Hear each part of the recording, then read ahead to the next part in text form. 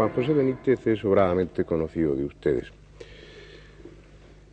Ha estado en este programa en multitud de ocasiones, nos ha ayudado con cierta frecuencia y su ayuda siempre ha sido importante, sobre todo en lo que se refiere al tema de los ovnis, porque como ustedes saben es una de las personas que mejor conocen el tema, no ya en este país, sino posiblemente en el mundo. Multitud de libros escritos en torno a esas escurridizas naves, multitud de kilómetros recorridos tras de ellas, entrevistando a los testigos cuando el testimonio aún era cálido, era vivo, cuando aún era fresco. Pero ahora Juanjo rompe un poco, aparentemente al menos, esa línea de los ovnis y escribe un libro que va a ser sin duda polémico, un libro que va a levantar ampollas, que va a levantar discusiones y que probablemente le traiga más de un problema. Ojalá no fuera así, pero pienso que al menos es posible, porque trata nada más y nada menos que de la figura de Jesucristo. Y trata esa figura tan importante a nivel social y espiritual en todo el mundo occidental bajo la perspectiva de los ovnis. Se ha comentado, se ha hablado muchas veces de todos los aficionados a estos temas en las posibles implicaciones extraterrestres que podía haber en torno a la figura de Jesucristo. Se ha escrito incluso sobre ello también, pero pienso que hasta ahora no se había hecho de esta forma tan, utilicemos el adjetivo de tan valiente, o si ustedes quieren, tan descarada. También puede servir ese adjetivo. Lo primero sería preguntarle a Juanjo en qué consiste su libro El Enviado, cuál es la tesis que él defiende y cuáles son las razones para apoyar esa posibilidad de que Jesús tuviera relación con el tema extraterrestre, nada más y nada menos. Bueno, hay dos partes fundamentales en este libro, que son la primera, muy bien conocida ya por ti, puesto que dedicaste varios programas sobre los descubrimientos de la NASA, de los científicos de la NASA, sobre la Sábana Santa que está en Turín. A mí me impresionó mucho aquel hallazgo. Yo pensé que la Sábana Santa, pues como tantas reliquias, no tenía mayor valor que el puramente devocional. Pero me encontré con una enorme sorpresa cuando estos técnicos y estos científicos americanos, la mayor parte de ellos no católicos, descubrieron que en ese lienzo pasó algo realmente extraño y misterioso. Que de alguna manera el hombre que estaba enterrado hace 2000 años en esa sábana, pues resucitó físicamente y impregnó o chamuscó el lienzo con una radiación absolutamente desconocida todavía por el ser humano. Este hecho, que indudablemente es misterioso por lo menos, yo creo que importante incluso, a mí me ha llevado a vincular la segunda parte del libro con otros hechos también misteriosos, quizás sobrenaturales, por lo menos no explicables para nosotros, que están vinculados a la vida de Jesús y concretamente al Nuevo Testamento. Antes de entrar en esa segunda parte y para terminar un poco con lo de la Sábana Santa, tal vez algunos de ustedes recuerden que dedicamos un programa o dos programas a ese tema tremendamente sugestivo. Hablábamos de lo que decía Juanjo, de las conclusiones que habían sacado los técnicos de la NASA utilizando un VP8, un analizador de imagen. Una de ellas era esa, que la sábana no estaba manchada, sino literalmente chamuscada de dentro hacia afuera. Y según la conclusión que sacaban estos técnicos, eso, la única manera de conseguirlo habría sido por una tremenda radiación producida muy súbitamente, muy rápidamente. Pero después de nosotros hacer esos programas, de tocar ese tema, hubo un congreso a finales del año 78 en Turín, en el que se habló más del asunto. Tú, como estás ahora muy enterado, dinos si ha habido alguna conclusión aparte de esas que nosotros mencionábamos en el programa. ¿Se ha añadido alguna investigación nueva a lo de la Sábana Santa o no? Bueno, en este congreso del 78 en Turín realmente hubo un despliegue científico como yo creo que jamás se ha hecho en torno a algo relacionado con la Iglesia, porque si no recuerdo mal eran unos 60 americanos, ingleses, italianos, todos ellos expertos, científicos, investigadores, una gran parte de la NASA, que se encerraron casi 4 días en el Palacio Episcopal a puerta cerrada con una enorme mesa de 6 metros y sobre la que desplegaron la sábana y realizaron yo creo que todo tipo de experiencias que todavía no se han hecho públicas en su mayoría. Sin embargo, se han filtrado algunos de los descubrimientos que han conseguido, que son pues verdaderamente apasionantes. Por ejemplo, que la radiación solamente se produjo en la parte más superficial de la cara interna de la sábana. Prácticamente es una superficie milimétrica, como si hubiéramos dejado una plancha sobre un lienzo, como los antiguos sistemas de planchado, y se hubiera quemado, pero muchísimo más superficial. Que además la sangre que quedó, que los restos, mejor dicho, de sangre, no tiene en absoluto resto orgánico alguno, sino simplemente es una impresión positiva que no tiene nada que ver con la radiación y que misteriosamente ha quedado allí, que nadie logra comprender cómo es posible que esté en positivo y que además no tenga restos de sangre. Se hizo una exploración con sistemas ópticos, con sistemas de aspiración, y prácticamente se llegó a la conclusión de que la radiación podía haber tenido algún tipo de vinculación con lo que hoy nosotros conocemos con la radioactividad, y que, como tú decías muy bien antes, fue algo absolutamente infinitesimal. Gran parte de esa información que nosotros utilizábamos en aquella ocasión para referirnos a la Sábana Santa nos la proporcionó Juan José. Es decir, ya entonces estabas muy interesado en el tema. Eso fue tal vez el anzuelo en el que tú picaste para introducirte en este tema que desarrollas aquí. Sí, fue un anzuelo, fue una noticia, y yo creo que a los periodistas los peores anzuelos o los mejores son las noticias.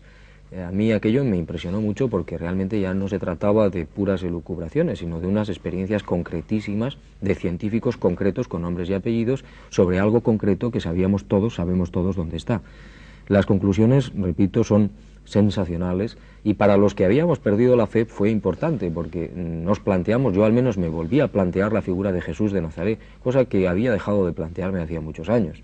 En fin, como personaje histórico y social me parecía importante, pero nada más. Entonces, al ver estos resultados sensacionales, estos concretísimos, estos analizadores de imágenes, que realmente este hombre resucitó, a mí me dio un vuelco el corazón. Sí, es decir, quedó claro que en esa figura estaban presentes o estuvieron presentes una serie de hechos absolutamente fuera de lo normal. Totalmente fuera de lo normal. Bien, empezaste a leer la Biblia buscando datos con esa perspectiva, con esa hipótesis de las posibles implicaciones extraterrestres. ¿Y cuáles han sido tus conclusiones? ¿Cuáles han sido los datos que tú has ido encontrando que sirvan de apoyo para esa hipótesis?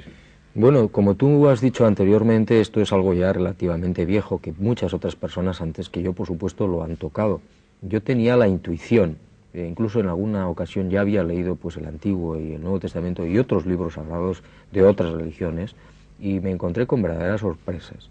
Ahora, después de todo esto, del descubrimiento de la NASA, yo me dediqué primero al Nuevo Testamento y me encontré con una serie de pasajes dentro del Nuevo Testamento que de alguna forma mi corazón, puesto que no lo puedo demostrar científicamente y creo que es muy difícil, me decía que ahí había algún tipo de vinculación entre lo que hoy nosotros en la ufología lo conocemos como fenómenos ovni o de tripulantes de ovnis, y lo que se relata como ángeles en el Nuevo Testamento, no digamos ya en el Viejo Testamento, en el Antiguo, que es, creo que son 100 y pico las veces que se cita a los ángeles. En el Nuevo Testamento creo que son 165 veces. Y yo me encontré con algo que ahora está cada vez más fuerte y más firme en mi creencia, y es que de alguna forma, y es el planteamiento de este libro, Jesús tuvo a su alcance, a su alrededor, un equipo de lo que hoy podríamos entender nosotros como cosmonautas, como astronautas, no sé exactamente qué palabra emplear, que desde luego no son ángeles con alas en las espaldas, que le ayudaron, que colaboraron con él y que aparecen en muchos de estos pasajes. Yo no pienso que sean apariciones absolutamente gratuitas, deberían de tener su razón. Bien, pero vamos no a su razón, sino a tus razones. Y comenzando por el principio, la estrella de Belén, por ejemplo. También aquí hemos mencionado hace años en este programa las hipótesis que había en torno a que la estrella de Belén fuera realmente un ovni. ¿Cuál es tu opinión al respecto y qué datos has encontrado? Bueno, yo he estudiado el tema de la estrella de Belén como uno de los primeros que me llamó poderosamente la atención, efectivamente, desde hace tiempo. Si uno hace un estudio científico, astronómico, pues realmente todas las posibilidades que uno pueda manejar, yo pienso que terminan por caer por su base. Estuve barajando con técnicos, con astrónomos, con físicos, con matemáticos, la posibilidad de que la estrella, como se relata en los evangelios, en los evangelistas, pues fuera un sol, una estrella como la conocemos hoy desde el punto de vista astronómico. Esto es una barbaridad, es imposible que un sol o una estrella se aproxime no ya a la Tierra, sino siquiera al sistema solar. Es decir, hay que descartar esa posibilidad astronómica. Tampoco podría ser un cometa, a pesar de que la imagen típica y tradicional que desde hace mucho tiempo tenemos todos de la estrella de Belén es una estrella con una cola, un cometa. Tampoco, puesto que, como sabes, cualquier cometa, por muy pequeño que sea, tendría más de 100.000 kilómetros de cola. Eso significaría que la entrada en las capas altas de la atmósfera automáticamente supondría la pulverización del cometa. Muchísimo menos pensar que va a entrar en la atmósfera, que va a descender hasta las zonas de Jerusalén y de Belén. Esta sería la interpretación bajo, no sé si lo podrán captar las cámaras, la interpretación en tu libro sobre la estrella de Belén, ¿no? Representada como un ovni. Es que es la conclusión final, es decir, después de hacer un análisis exhaustivo, objetivo, frío, de todas las posibilidades astronómicas y científicas de lo que hoy conocemos como fenómenos astronómicos y atmosféricos, solamente nos cabe la posibilidad de que aquello que brillaba, que estaba guiado inteligentemente, puesto que guiaba una caravana durante meses, y por supuesto de día, no de noche, que es uno de los grandes errores que se cometen al interpretar esta estrella. Los magos caminaban, o las caravanas caminaban de día, no de noche, por tanto no puede ser nada de tipo científico y astronómico. Entonces la única conclusión... También como apoyo está descrito que se detuvo encima del lugar de nacimiento de Jesús. A mí me recuerda mucho los casos actuales de ovnis, cuando al llegar a Jerusalén la estrella desaparece y los magos se entrevistan con Herodes, tienen una serie de reuniones y es lo que está relatado en los evangelios. Al final llegan al conocimiento de dónde va a nacer el Mesías, en Belén de Judá, y al salir de Jerusalén la estrella aparece de nuevo. Esto ha ocurrido cientos de veces, de ovnis que llegan a ciudades, a pueblos, persiguiendo o guiando o incluso por delante de testigos, desaparecen al llegar a un pueblo, a una ciudad, y después vuelven a aparecer al salir de la zona urbana. Más datos. Dejemos ya la estrella de Belén. Bueno, pues más datos que has encontrado en tu investigación. Después de la estrella, que a mí me fascinó, porque significaba ya de entrada en el mismo nacimiento, pues de alguna manera ya la presencia de este equipo, entre comillas, lo que yo tampoco sé exactamente cómo definirlo, de seres súper avanzados, súper tecnificados, súper próximos a Dios, claro. Yo me encontré con que en el propio bautismo del Jordán se abren los cielos y aparece algo en forma de paloma. Esto es muy delicado, realmente no hay demasiada descripción en el Nuevo Testamento sobre lo que realmente ocurrió, pero posteriormente sí hay algo más claro, y es que dice el Evangelio que Jesús fue empujado por el Espíritu hacia el desierto. Estas son las palabras textuales. Y en el desierto, en fin, acudió el diablo y todas estas cosas, pero al final vuelven a aparecer los ángeles que le servían. Yo no creo que esto sea algo gratuito, ni que sea algo metafórico, sino que realmente debió haber un descenso de estos seres que debían de tener muy controlado a Jesús, muy próximo, debían estar muy próximos a él. Sí, además la palabra ángel, la traducción correcta sería la de mensajero, ¿no? Exactamente, angelois, exactamente. Y posteriormente, quizás con muchísima más claridad, es, digamos, el pasaje fundamental, uno de los pasajes fundamentales, es el famoso del Monte Tabor, de la Transfiguración. Yo he hecho un análisis a fondo de todas las Biblias que he podido, y realmente ahí está absolutamente claro que Jesús, cuando tomó consigo a sus 3 discípulos más aventajados y subió a un monte, él estaba en Galilea, en el mar de Galilea.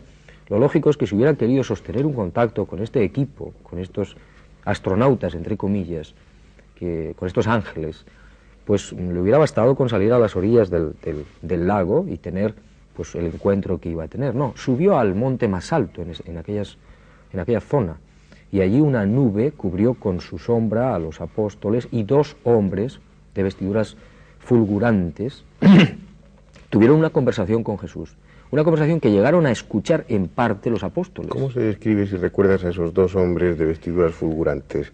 Bueno, hay dos evangelistas que lo describen francamente bien.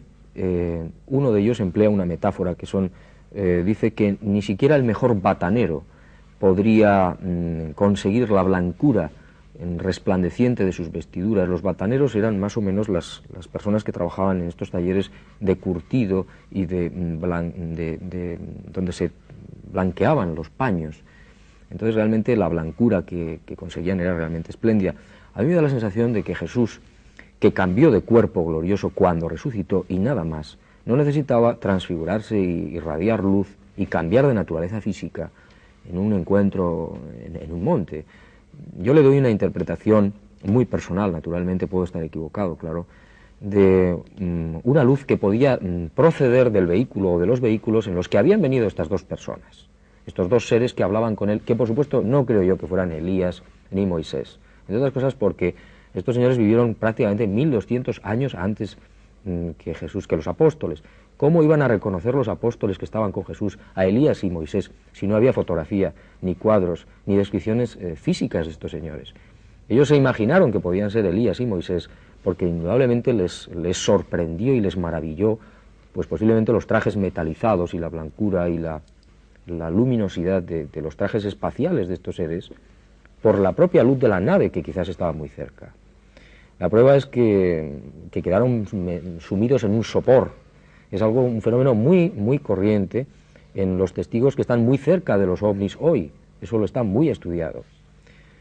Y hablaron de la partida de Jesús de Jerusalén, es decir, de su próxima muerte. Es decir, estaba todo perfectamente planeado. El equipo y Jesús trabajaban conjuntamente. Yo estoy absolutamente seguro de esto. Aunque, por supuesto, no lo puedo demostrar, naturalmente. Entonces Jesús, al descender, les aconseja a los apóstoles que no digan nada de lo que han visto, hasta que Él resucite.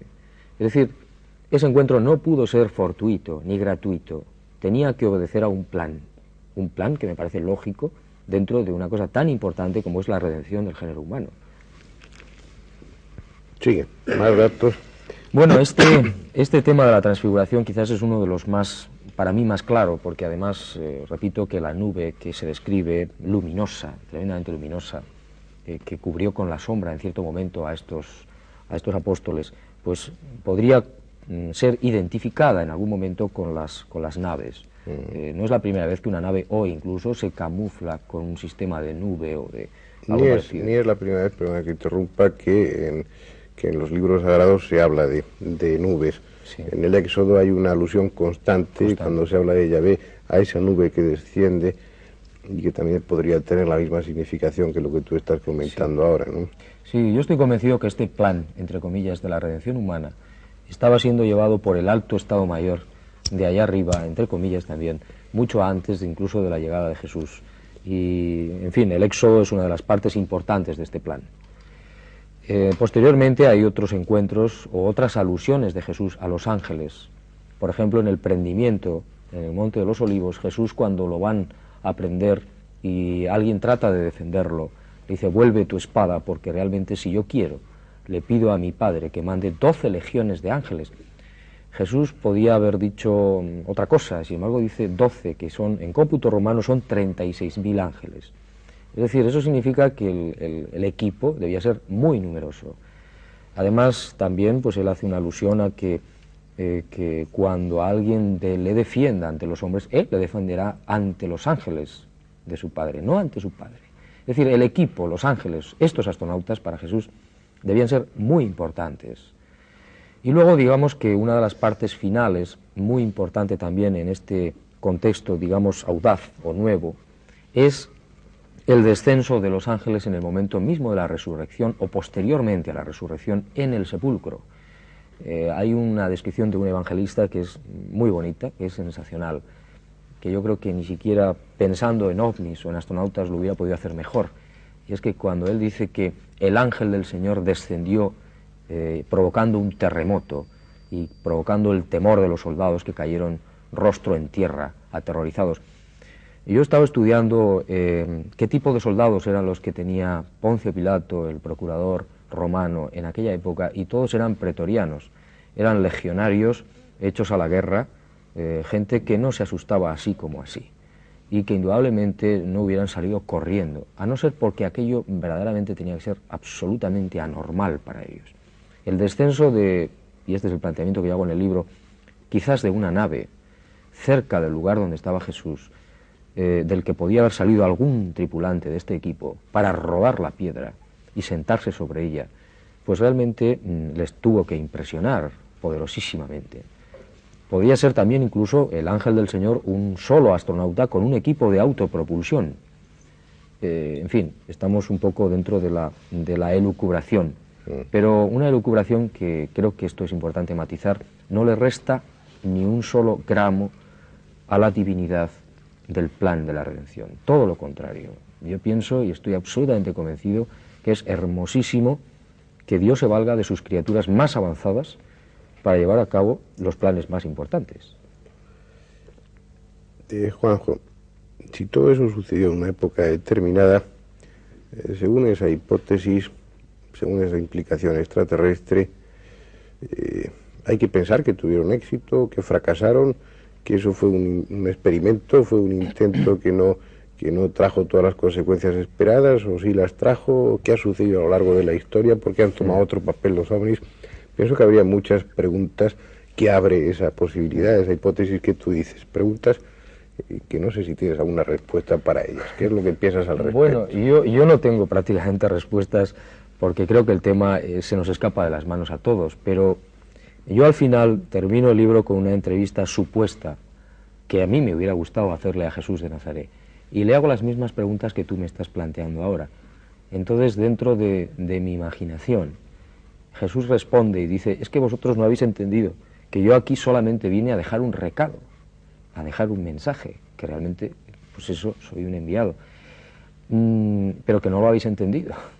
Entonces yo creo que la implicación ovni es mucho más importante, mucho más trascendente a todos los niveles, no solamente ahora, sino en el pasado y sobre todo en el futuro. Yo creo que toda esta casuística ovni, estas oleadas, nos están tratando de decir algo. Quizás simplemente que abramos las mentes. Bien, pero si en un momento determinado de la historia, como es el nacimiento y mensaje que difundió Jesús, ellos intervinieron de una forma directa, clara, sin lugar a dudas, sin plantear nebulosas, ni mucho menos, de una forma franca y concreta. ¿Por qué ahora, que en este momento en el que la humanidad está atravesando situaciones mucho más conflictivas, mucho más tremendas en cuanto a un dudoso futuro que tal vez no lleguemos a conocer, unas situaciones mucho más dramáticas que las que sucedían hace 2000 años, ¿por qué ahora, si todo esto que tú dices es cierto, no toman un papel más activo, no vuelven a traer otro Mesías? Bueno, hay un pasaje importantísimo del final de los Evangelios que a mí me ha impresionado mucho también, y es que cuando Jesús se va, mejor dicho, cuando a Jesús se lo llevan, porque dice textualmente que fue llevado a los cielos, esta es una frase que implica toda una filosofía y todo un mundo nuevo. Yo pienso, él habla de que va a regresar. Yo creo que es algo tan etéreo para nosotros que muchas veces no le hemos prestado atención, pero él dice cómo va a volver y cómo piensa regresar, sobre las nubes del cielo con gran poder y majestad, y que antes habrá señales en los cielos, señales que quizás, ¿por qué no?, podríamos estar identificando ya con muchos de los fenómenos luminosos, ovnis, etcétera, que se están viendo constantemente en el mundo. Yo no sé si esto es el final de los tiempos, en fin, es algo que escapa a nuestras posibilidades, pero que indudablemente él, si regresa, regresará como realmente está ocurriendo ahora. Eso a mí no me cabe la menor duda. Quizás sería la solución para todos los problemas que tú efectivamente estás planteando. Tal vez, volviendo otra vez al tema y relacionándolo con la sábana santa de Turín, aparte de los datos objetivos que proporciona la investigación que hicieron los técnicos de la NASA con el manto de Turín, tú has encontrado en la pasión, en la muerte, en la resurrección, has encontrado también implicaciones extraterrestres, siempre, entre comillas. Bueno, hay una parte concreta, por supuesto que sí, que podría interpretarse de alguna forma desde este prisma, pensando, por supuesto, que si este equipo, esto es fundamental, si este equipo estaba trabajando conjuntamente con Jesús en este plan concreto de la redención, hay que pensar que estaba pendiente de él y que estaba muy cerca y que estaban perfectamente enterados de todo lo que hacía y decía Jesús. Entonces, sin embargo, hay un hecho físico concretísimo en el Evangelio, que es precisamente unos momentos antes de morir Jesús, si no recuerdo mal, que dice que cayeron las tinieblas sobre la zona de Jerusalén. Yo me he preocupado de saber si realmente hubo un eclipse de sol en aquella época y es absolutamente imposible, entre otras cosas, porque se celebraba la Pascua, la luna, el plenilunio, y por tanto era incompatible la luna llena con un eclipse, ni siquiera parcial, ni siquiera total, de sol. Entonces no pudo ser un eclipse, por tanto tuvo que ser un fenómeno absolutamente local, un fenómeno misterioso que pudo estar provocado indudablemente por la presencia de estos equipos, por razones que nosotros ignoramos, pero que indudablemente tenían que tener sus razones, porque entre otras cosas estaba agonizando el enviado. Eso me imagino que tenía que ser realmente grave.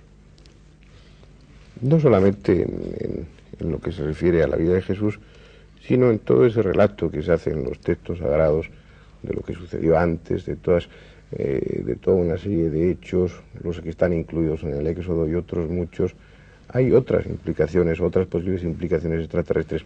Se ha hablado mucho de Sodoma y Gomorra, de qué fue lo que acabó con ellos.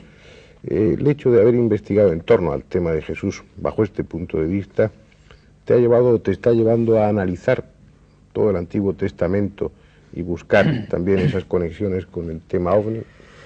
Sí, efectivamente, y me he encontrado con grandes sorpresas. Por ejemplo, no solamente ya en el Antiguo Testamento, donde hay, como he dicho antes, un plan absolutamente, perfectamente trazado, desde mucho tiempo atrás, para elegir un pueblo, para que ese pueblo, que fue elegido, pienso yo, a través de lo que se juzga en el Éxodo, etcétera, por su carácter genético, porque se trataba de encontrar un cauce genético para una persona, para un ser, que como efectivamente a través de la Sábana Santa se ha demostrado, tenía 1,81 m, no era del tipo étnico judío, tenía unas características muy especiales. Se necesitaba un pueblo social genéticamente muy especial, y fue conducido durante un tiempo, se le involucró y se le mostró la idea de un Dios único a través de una serie de cosas que están perfectamente reflejadas en el Levítico, en el Números, etc. Pero hay otra cosa fascinante, que es muy poco conocida, que son los evangelios apócrifos, que son reconocidos como de autores sagrados en buena parte, y donde vienen presencia de este equipo, mucho antes del nacimiento de Jesús, con la familia, entre comillas, de sus abuelos, donde ya aparecen estos hombres, estos equipos, preparando la llegada de Jesús. Realmente es apasionante ver cómo se preocupaban incluso del cuidado de la Virgen. Yo estoy absolutamente convencido por el análisis de los apócrifos de que algunas de estas naves estaban perfectamente controlando hasta la menstruación de la Virgen. Y quizás, esto es algo muy audaz, el momento de la concepción de la Virgen se produjo en el momento que ellos sabían que estaba cayendo el óvulo. Pudo ser quizás en teoría, no sé, una manifestación de radiación que pudo perfectamente hacer que el óvulo de la Virgen fecundase. No lo sé, es una hipótesis. Juanjo, espero que el libro no te traiga problemas, creo que los esperamos todos, aunque bueno, yo creo que es inevitable que alguno te traiga. Pero pienso, honestamente, que no hay motivo para ello. Hay todos unos hechos, una serie de hechos que son fundamentales, trascendentes para la humanidad y que nadie puede monopolizar. Pueden ser estudiados bajo cualquier punto de vista, pueden ser analizados con cualquier perspectiva, porque en definitiva tenemos el raciocinio para eso, para razonar y para analizar, sin ofender a nadie, sin tratar de decir que las implicaciones religiosas son falsas, ni mucho menos. Son puntos de vista que han servido, como decía Juanjo, para que la fe incluso renazca en él, para que vuelva a sentir una mayor vibración en torno a lo religioso, porque planteaba así, contemplaba bajo este punto de vista, que es pura hipótesis, insistimos en ello, todo el mensaje, toda la cuestión de la redención tendría una calidad mucho más universal en cierto sentido, sería algo mucho más hermoso en algunos aspectos. Yo creo que se engrandece profundamente. Vamos a dejarlo aquí y vamos a hacer de nuevo esa llamada a que nadie se escandalice porque no hay motivo para ello. Sigue con tus investigaciones y si tenemos oportunidad ya nos volverás a contar hasta dónde te ha llevado todo ese interés. Gracias.